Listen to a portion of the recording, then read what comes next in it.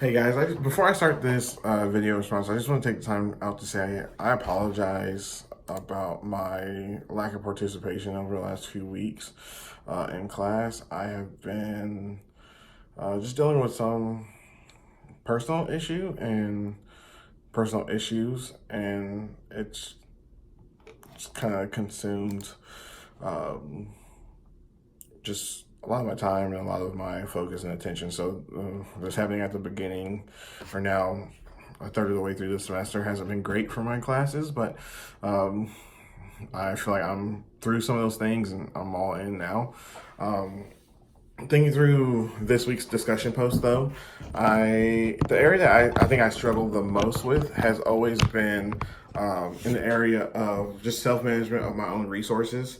Um, and I think it's the opposite way that many like young millennials do. And I think like millennials are kind of known as being frivolous and overspending their money and going out and buying things and charging things to credit cards, having a whole bunch of student loan debt.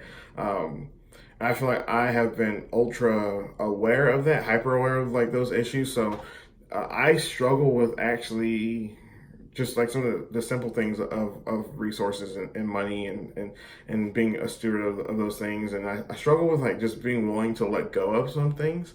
I at the end of high school, I saw my parents go through bankruptcy, and then just how much that affected them my last couple of years of high school, and then the first couple of years in college. And I always like promised myself I wouldn't get in that position again. So um, I took out loans for school, paid them off real quick, but through that time, I wasn't tithing to church, and so like now that I have my first real career job where I'm making decent money, I think my temptation or my struggle is to not not tithe, not go out of my way and be giving with my resources. I often find myself just harboring them or and just building up. So I'll watch my savings account build up, and I've had to have multiple times of just sitting down and asking myself the question like, why am I saving this money? Like every time I hit the next goal, um, I'm just like, all right, I wasn't saving towards anything. I'm not giving towards anything right now. Like,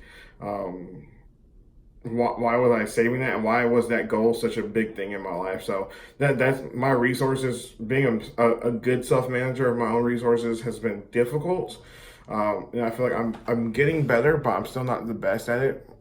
And what specific actions can I take to improve this area? I think for me, one of the things that I think um, finding organizations, finding causes that I care about. So getting part of a healthy church and really believing in what my church is doing, what my church is pursuing, has made it easier for me to want to tithe on a regular basis, on not on a weekly basis, but typically I will do one big tithe at the end of the month or beginning of the month. So just seeing the things that my church is passionate about has made it easier for me to buy in.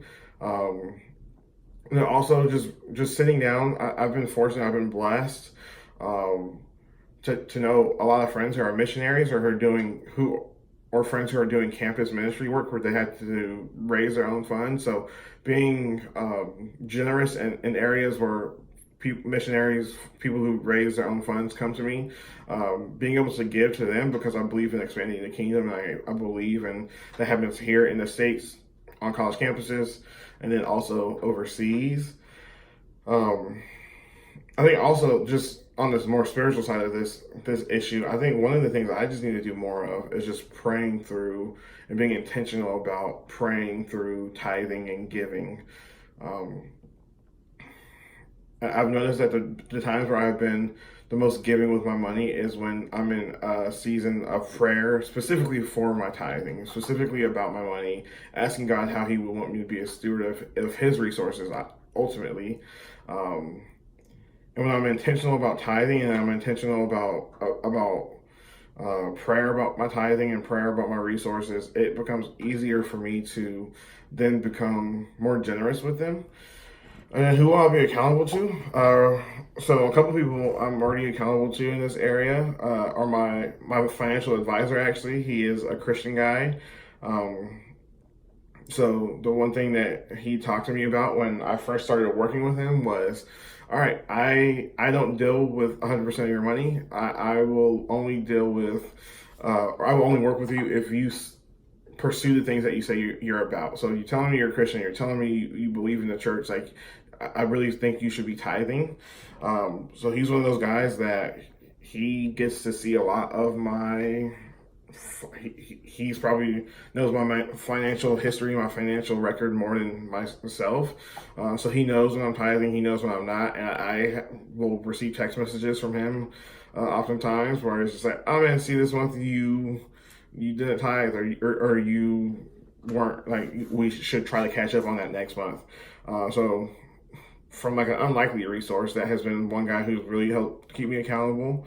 Um, and then for this class, his name's Brad. He's my spiritual formation advisor for this course. He's one of the guys who also just keeps me accountable. He's really, I've known him now for 6 years, and he's just really been open with me, and just um, he really pushes me and challenges me to be better in the faith tomorrow than I am today. And so I think he challenges me. So Brad and then my financial advisor Josh are both guys who really help me in this area.